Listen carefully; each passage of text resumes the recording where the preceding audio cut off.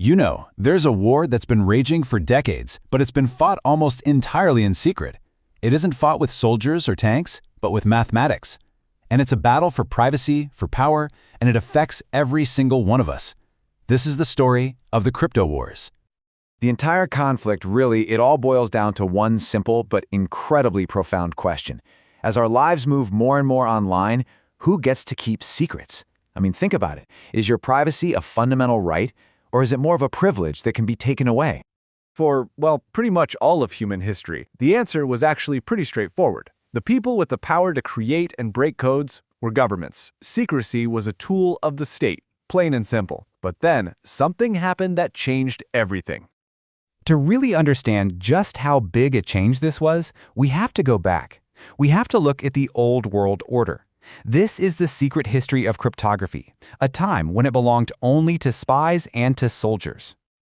For decades after World War II, real powerful cryptography was a government monopoly. I mean, organizations like the NSA spent fortunes, billions of dollars, locking down their own secrets while getting incredibly good at breaking everyone else's. If you were a private citizen, you had basically no way to keep a secret from the state. And this world was so hidden, most people didn't even know it existed until a landmark book in 1967 called The Code Breakers just blew the lid right off. But then came the revolution, a mathematical breakthrough in the 1970s that completely upended the balance of power. It took the tools of secrecy from governments and, for the very first time, gave them to everyone. To see why this was so revolutionary, you have to understand the old way of doing things, which is called symmetric cryptography. It's simple, really. You and I share the exact same secret key. I use it to lock a message, you use that same key to unlock it. It works great, but it has this one massive vulnerability. How do I get you the secret key without someone else intercepting it? The solution was this incredible concept called public key cryptography. So instead of one shared key, everyone gets two keys that are mathematically linked. One is public, one is private. Imagine your public key is like an open padlock. You can make 1 million copies and give them to anybody. They can snap it shut on a message, but, and here's the genius part, only your private key can open it. The whole problem of securely sharing a key, it just vanished. This was a complete paradigm shift. Suddenly, security wasn't about physically protecting a secret object anymore. It was about the pure, abstract power of mathematics. And this is where the conflict really ignites. When governments realized they had just lost their monopoly on secrecy, they fought back. And they fought back hard. This was the first crypto war, the government's attempt to stuff that cryptographic genie right back in the bottle. The government's weapon of choice was something called the Clipper chip. It was meant to be a mandatory piece of hardware for all phones and computers. It offered you strong encryption, but there was a huge catch. It had a built-in backdoor. Every single chip had a unique key, which was split and held by 2 different government agencies, allowing them to listen in on any communication with a warrant. Security expert Bruce Schneier really captured the chilling significance of this whole thing. This wasn't just about the government being able to listen in. No, this was about forcing citizens to build the very tools of surveillance into their own devices. You know, this fight wasn't just political, it was also deeply technical. It raised this fundamental question about trust. Do you trust a secret algorithm that's been designed behind closed doors by the government, or do you trust one that's been openly published and attacked by the world's best minds?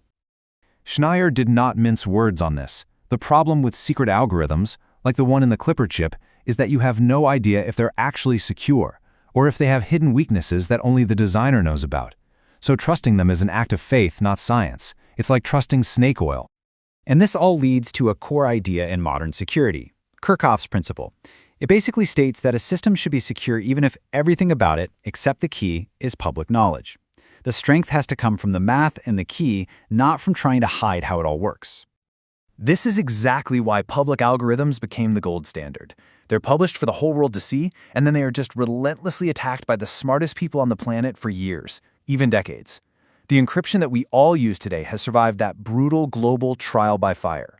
And when an algorithm is that strong, with no hidden tricks or flaws, it leaves an attacker with only one option. And that's the brute force attack. You simply try every single possible key until one of them works.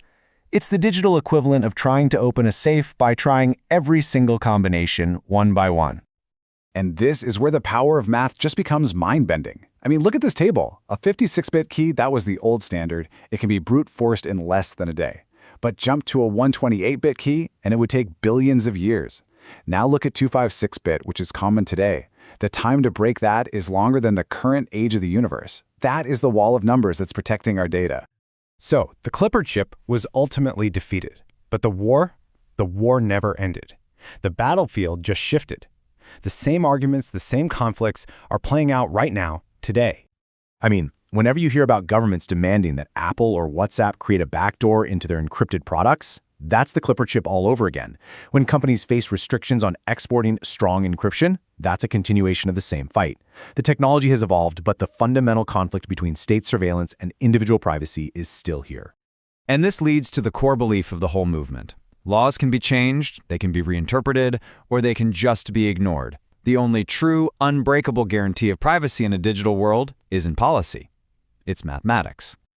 So to just recap this incredible story, a mathematical discovery in the 70s shifted the power of secrecy to the people. The government fought back in the 90s to try and regain that control. And today, we are all living through the next chapter of that same ongoing struggle. Which leaves us with this final question. If strong, unbreakable encryption is possible, if mathematics can create a space for perfect privacy, who should be allowed to use it? Everyone, or just the people the government approves of? The answer to that question is going to define the future of our digital world.